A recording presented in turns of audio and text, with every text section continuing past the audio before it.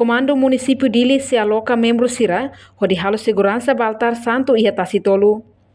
Comandante município Dili, superintendente chefe polícia Orlando Gomes informa assunto nível jornalista Sira e a comando que colhe Dili. Quinta-feira, Lawrence anulores em rua fulan setembro, tienen rihun rua anulores em hat.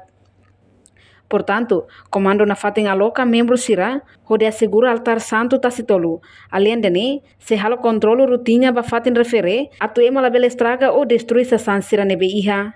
No comando mo se halo diálogo ida, a comunidade Tasitolu. No ne Sira bela contribui, no apoio de assegura na fatem Tasitolu ne, tamba fatem ne sagrada no tem que assegura. Ia Tasitolu, está tendo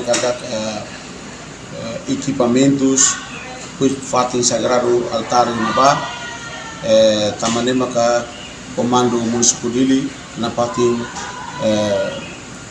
coloca membros para atuar segura na fatem sasansere na ba e comando Dili mos e tem bukalan halo patrulhamento babi fatem na ba para malabele ba estraga ka hanui para destruir essa sansere na ba mas ita na fatem segura sansere ne to construir ba fatin sernedia para preservar fatin sernedia katumune bele dar uma segurança sira bele continua na fatin para segura fatin altar niam bele ia na fatin ita na fatin segura para preservar na fatin ba fatin sernedia maka ia Tasitolu ita na fatin sei halo dialogo ho itene comunidade sira Tasitolu para tunne sira mos bele contribui para apoio para segurar na fatin Tasitolu ne bele la tam fatin ne bele maka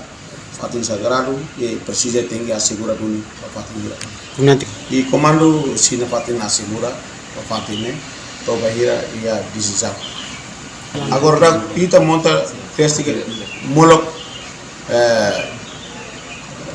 fatin va prepara. Durante o fatin va prepara, ita coloca tetinho postura aí na ba e mos coloca posi para orang público mos monta aí na ba e mos advertimos aí na ba. Na ba. Tu agora assegura na fatin. Sim, na fatin assegura na fatin.